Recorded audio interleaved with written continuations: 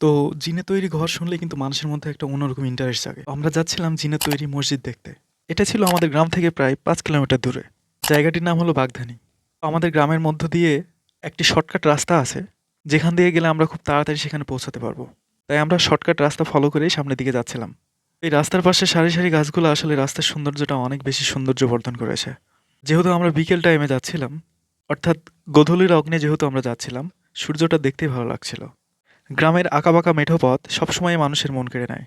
আর সবুজ প্রকৃতির কথা নাই বলি। রাস্তার দুই পাশে যেন চোখ জোড়ানো সবুজ। তো এই পথে যেতে হলে আমাদের একটা ব্রিজ পার হতে হবে। ব্রিজের পাশেই দেখি একটি শিমুল গাছ।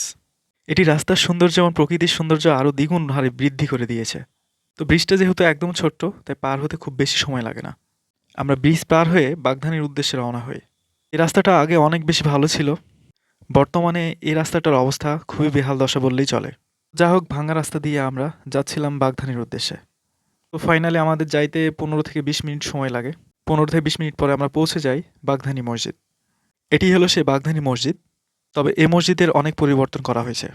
যেহেতু যে অংশটুকু জিনের তৈরি মসজিদ হিসাবে ধরা হয়, যদিও কিন্তু এটা জিনের তৈরি না, সম্ভবত এটা মুঘল সম্রাটদের আমলের তৈরি, কয়েক হাজার বছরের পুরনো মসজিদ।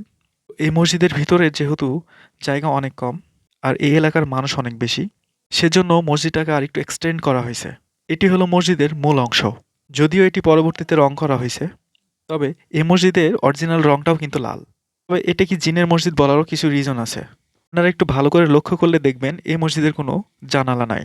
জানালা না থাকার কারণে এটাকে ধরা হয় জিনের তৈরি মসজিদ।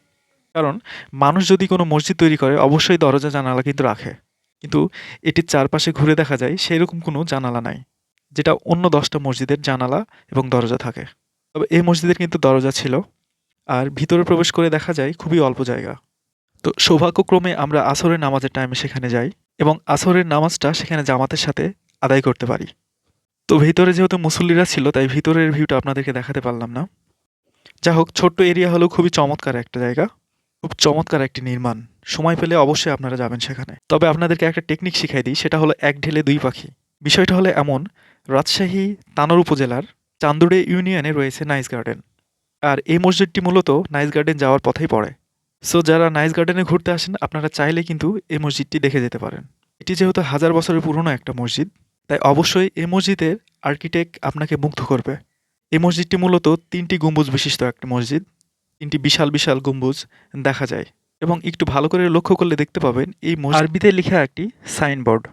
যারা আরবি পড়তে পারেন তারা অবশ্যই বুঝতে পারবেন এই সাইনবোর্ডে কী লেখা আছে। বলাই যেতে পারে এটি একটি প্রাচীন মসজিদ। সো প্রাচীন নিদর্শন এবং প্রাচীন আর্কিটেক্ট দেখতে হলে আপনাকে অবশ্যই আসতে হবে বাগধানীর এই মসজিদে। মসজিদটি কখনো দেখে মনে হয় ইটের তৈরি, আবার মনে হয় কাদামাটির তৈরি। যদিও আমি শিওর হতে পারিনি এটা আসলেই কি মাটির তৈরি নাকি ইটের তৈরি। তো পুনরায় যেহেতু উপরে সিমেন্ট বালি দিয়ে মেরামত করা হয়েছে কিছু কিছু জায়গায়, সেজন্য এটার অরিজিনালিটি খুব কম বোঝা যায়। আবার নতুনভাবে রং করার কারণে অরিজিনালিটিটা একটু কম বোঝা যায়। ধন্যবাদ সবাইকে ভিডিওটি দেখার জন্য।